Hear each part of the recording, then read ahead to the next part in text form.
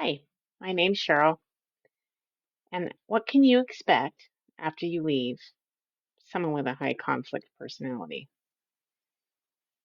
In my case, there was a smear campaign, just anybody and everybody he could find to talk to and tell him how awful I was. He did it, and he's still doing it. And I've been gone for almost a year. So just be prepared. In my case, it looked like I left, brought my dogs with me because I wasn't leaving them there. And I knew he was going to use them against me. I just knew it. So after I left, I started getting text messages multiple times a day. You know, I want my dogs back. Where's my dogs? How are my dogs doing? Until I finally blocked him. And I have him blocked on social media. I have him blocked on my phone. So even now, the only way he can contact me is by email.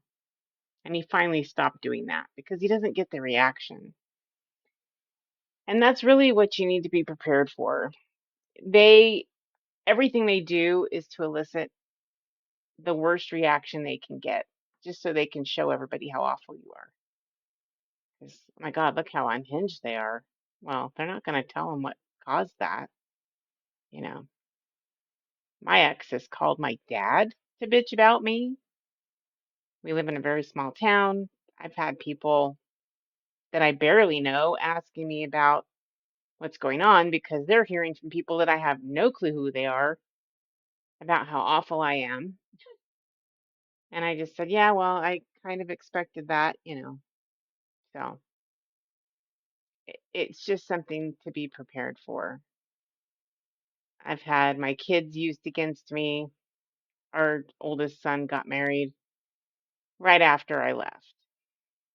And right after I left, because he was harassing me and stalking me and whatever, I got a protection order.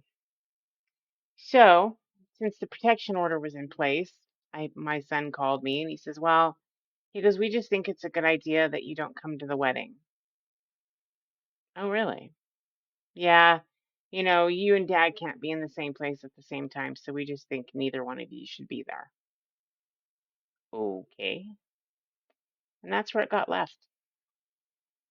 So, and I haven't really heard from him since. I mean, he calls me on the days that he needs to call me, but I really don't hear from him. He's never been to my house. And I look at it like I I'm mad just because of the fact that it was not my fault. I was being stalked. I have proof I was being stalked, but it didn't matter.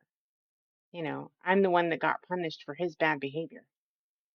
So, yeah, it pissed me off. Am I going to apologize for that? No. Am I going to reach out and make amends? No, I'm not. I'm done making amends for things that I didn't cause. So, just be prepared. I mean, I've had very few people of the couples and the people that we've known for decades that actually reached out to me to find out what happened. Because I was the one that always kept my mouth shut. I didn't tell him how awful he was or what he was doing behind the scenes. That was not my job. My job was to make him look good. And I did for a very long time.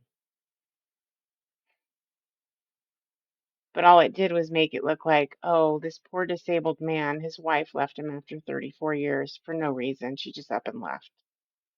Like it was a split decision that I just made one day. But, there's no point trying to explain it to people. And one of the things that I really want people to understand is anything that you do put out there, they are going to use it against you. So there's really no point. I make an effort to not react.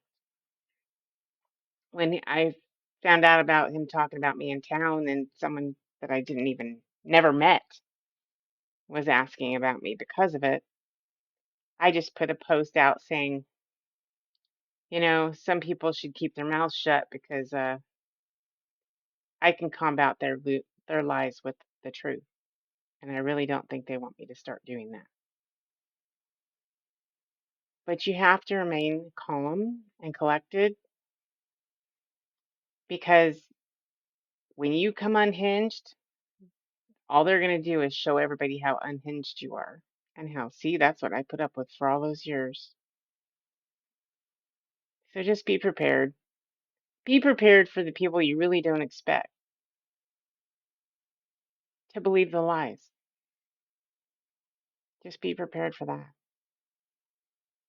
I mean, I had almost left him once before, and when that happened, he went to all my family and friends and told them all kinds of things.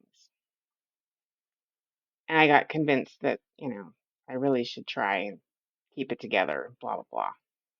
So I stayed.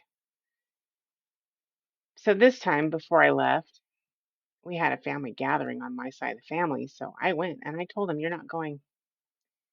And I went there and I told everybody all at once what was going on, why it was going on, and what was going to happen.